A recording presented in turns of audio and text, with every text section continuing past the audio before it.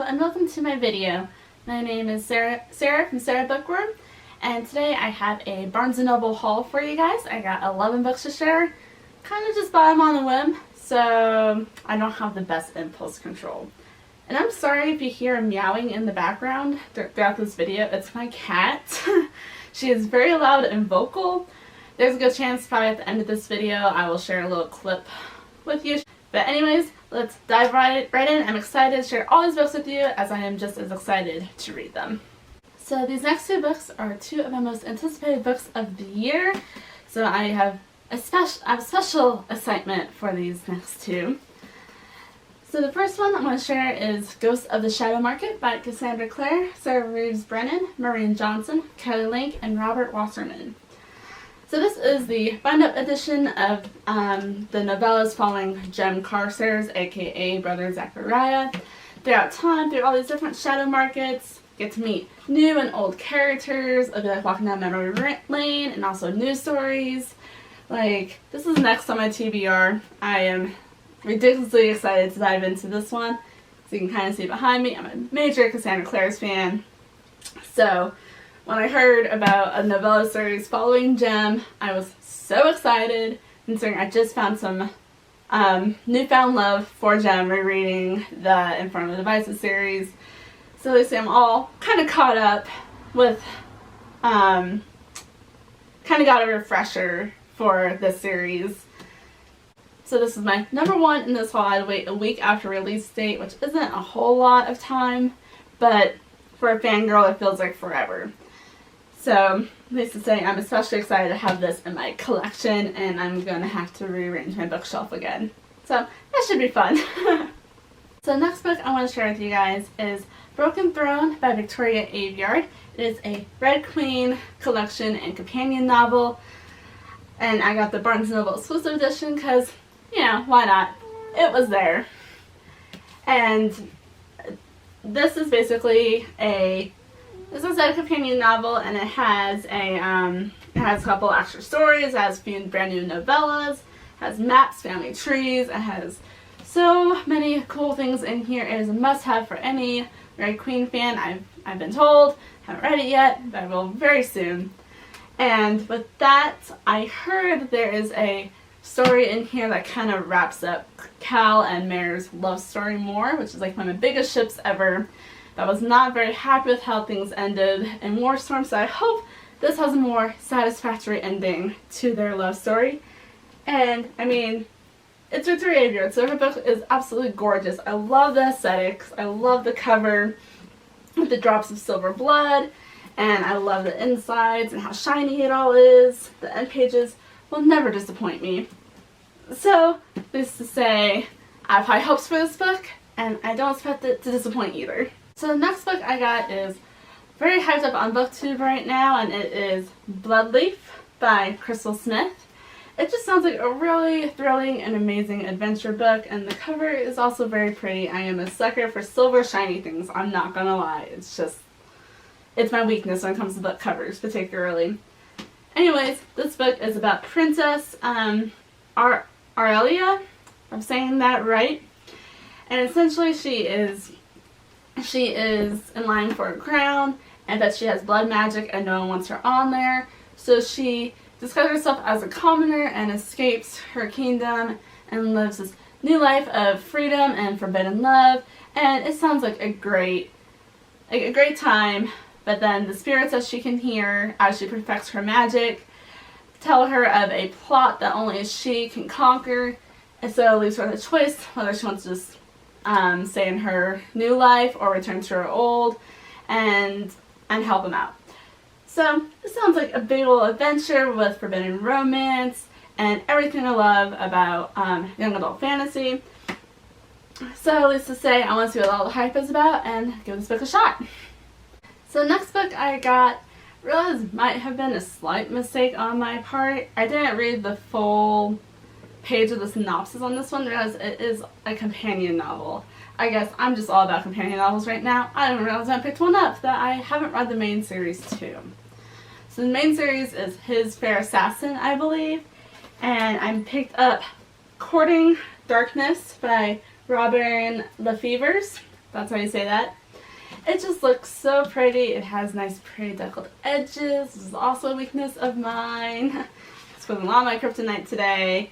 And like the cover pages are so textured. Like, how could you not resist it? I didn't read this blurb up here, which kind of mentions it's a companion novel to his Fair Assassins. But regardless, let me know in the comments below if anyone who has read this book or his Fair Assassin series, if I need to read his Fair Assassin series before I dive into this one, or if I can just jump right on in and it doesn't matter. They're somewhat like that. So let me know if you have any advice given on that topic. But regardless, let me tell you what this book is about. It's about two characters. You got Cybella and Genevieve, also known as Jen, and their paths cross in two very unlikely ways. Cybella is on a mission in order to help protect her sisters, and she has to escort this Duchess to France. But they find themselves surrounded by enemies, and now she needs to find her allies in order to protect them. Then there's also Jen, who essentially is in a undercover mission, and she is facing some inner turmoil, just kind of forgetting why she's fighting for the cause that she was assigned to do. And during all this chaos, she takes matters into her own hands and maybe disobeying orders. And as I said, these two paths cross. I'm a sucker for a multi-perspective book, and said, how can you resist this cover? Unfortunately, I have an issue when it comes to buying for the cover, but usually the stories are so pretty dang good inside. Like, I haven't been disappointed yet. So the next book I got at Barnes & Noble was The Forgotten Book by Untitled Chapter. I'm so sorry, my German is so rusty. I haven't taken it since high school, and I feel like forever ago. But regardless, I've already read a book by her before, The Book Jumper. It was very good. I loved it. Very unique concept. So I expect kind of a similar thing in this book. It is a different series or standalone than The Book Jumper. But regardless, I like her writing style. It's translated from German, which I think is really cool. Book Jumper was my first translated book I've ever read. So that was very interesting, and I hope this book doesn't disappoint either. But regardless, it is about this boarding school student named Emma, whose father is headmaster of her school. And she finds a book in an abandoned library that whatever you write in it comes true.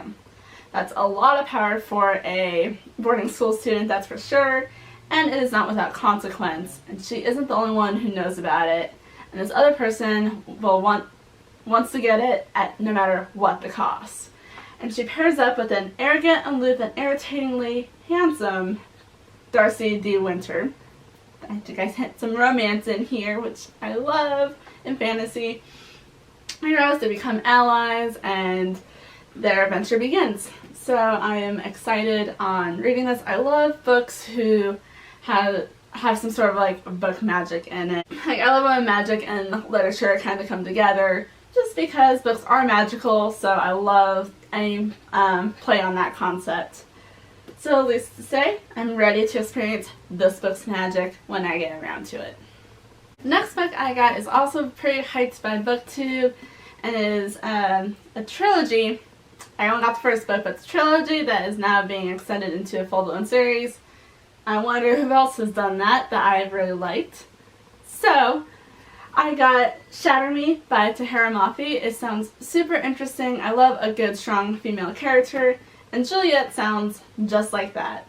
Her touch is fatal, and although this group called the Reestablishment has plans for her and they want to use her as a weapon. I hate when people think they can use people as weapons. It's one of my pet peeves. So I'm curious to see how she gets out of this. Because she finds the strength to finally fight back and try to earn her freedom. And also find a future with a boy she thought she lost forever. So obviously some sort of love story going in here, I've been told. And I love love stories, as you can probably tell from this video. Fantasy and love and romance. Perfect combination for me. And this is this dystopian world. I haven't been in a dystopian world in a long time, so I'm kind of excited to get back into that. So, given that, I hope this book is worth all the hype, and I'm looking forward to seeing if it's worth it myself. So this next book that I got is also by an author I've already read. And I got Once Upon a Dream, A Twisted Tale by Liz Braswell. I already read As Old as Time, and I enjoyed it. It was a very pleasant read. So this one I expect to be also a very pleasant read, since I know her writing style. And it plays with that idea, what if Sleeping Beauty never woke up? Sounds like a very interesting take on it. And essentially, it's you know, the tale of Sleeping Beauty, pierces her finger on a spinning wheel, falls into a deep sleep, Prince kisses her, wakes her up. That's the Disney take on it. The original story is much more morbid, but that's the Disney version of it. But in this one, the prince kisses her, and he falls asleep too. So, this book follows Aurora in her dreamland, and the difficulty it's going to take for her to wake herself up. The prince is also in there. She also has some old friends, so she's not alone at least, which is a good thing. But with Maleficent spies everywhere, it makes it very difficult for Aurora to wake herself up and discover who she truly is to save her kingdom.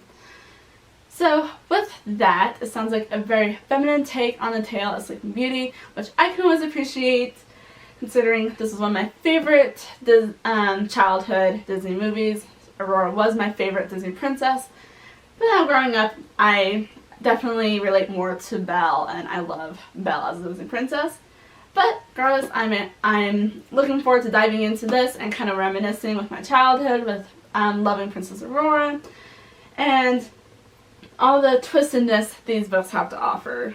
Given my love for Disney, curious to see where this story goes. So next book I got is the sequel to Three Dark Crowns, which is One Dark Throne by Kendra Blake. It's been a while since I've read Three Dark Crowns, but I loved it. I remember giving it 5 out of 5 stars. So, needless to say, I am now very excited to continue on with the series with One Dark Throne. The thing is that my Barnes & Noble hasn't had this one in a while, so I haven't been able to get my hands on it. But when I saw it, I grabbed it. It was the last copy. So, got pretty lucky on that. And regardless, this is a sequel.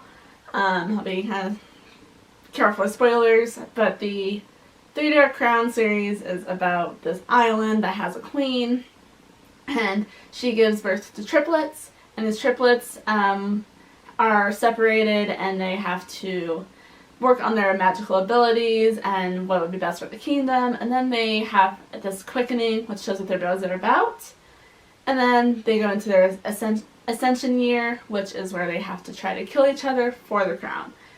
Super dark, super brutal. The first one ended with a big bang, a big giant plot twist. So this is the continuation with this generation of triplets, Marabella, Arsenault, and Catherine. So, needless to say, I'm finally glad I have this in my grasp, and I can now continue on with this series, finally. The last and final 3 books in this haul are recommendations from Reagan over at Peruse Project. I love her. She's one of my favorite YouTubers. And I decided to take some of her recommendations for books to read. So, needless to say, she loves fantasy, so I took a couple of her fantasy picks.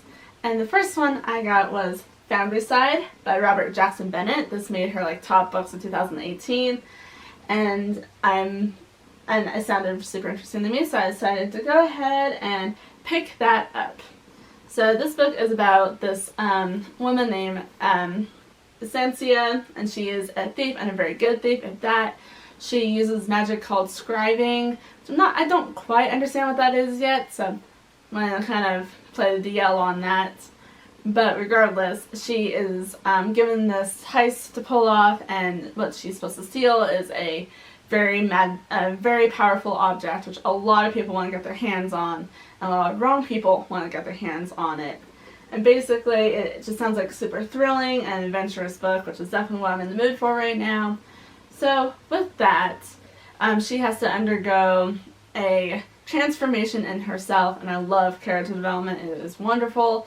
So, it sounds like this book is full of thrilling adventures and character development, which I absolutely love. I am not very familiar with the adult fantasy genre. I am definitely more young adult, but this one sounds super interesting, so I decided I'm going to give one of Reagan's favorite books a shot. So let's see how that goes. So this next book is not on Reagan's top picks or anything like that yet, but I feel like this book is going to make her top books of 2019 video.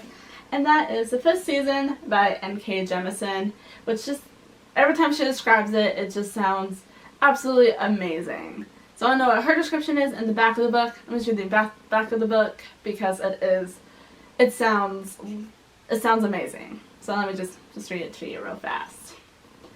This is the way the world ends for the last time. It starts with a great red rift across the heart of the world's soaked continent, spewing ash that blots out the sun.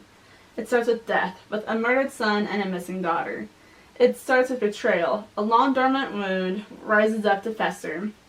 This is the stillness, a land familiar with catastrophe, where the power of the earth is wielded as a weapon, and where there is no mercy. So it sounds super dark, earth-centered magic book that just, it sounds phenomenal. Just every time Reagan talks about it, makes me wish I knew what she was really talking about. So I'm going to give this book a shot. Again, it is adult fantasy, and I'm more familiar with young adult fantasy, but just like with Founderside, I'm willing to give this book a shot, and I want to try to get into a broader sense of fantasy, not just young adult. Although I'll probably always read some, but I'm excited to try to get into some adult fantasy. So I figured these two books were good places to start. So this last and final book is also young adult fantasy, but it is a recommendation of Reagan's, and that is An Ember in the Ashes by Tahereh. Sounds super fun and fascinating. It is about this girl named Leia. I think I'm saying that wrong. But regardless, she lives in a kingdom where they are under the Marshall Empire, and they know not to challenge them. A lot of bad things happen. But when her brother is arrested for treason, Leia decides to bend those rules and decides to pair up with this rebel group and go on this risky mission as a spy in their military academy in exchange for their help to find and save her brother. And with that, she meets a unlikely ally or friend or whatever named Elias, who is the school's finest student. He is a great soldier, but very unwilling, which he's trying to keep on the down low. And these Leia's and Elias's fates are intertwined, and their choices that they make can change the Empire forever. It sounds super thrilling and very fast-paced, and maybe some romance in there, which I would love. But regardless, I've seen this in a couple recommendation videos, so I'm definitely going to give this one also a chance. So it's young adults, I'm more confident that I will absolutely love it, and I've seen so many good words on this.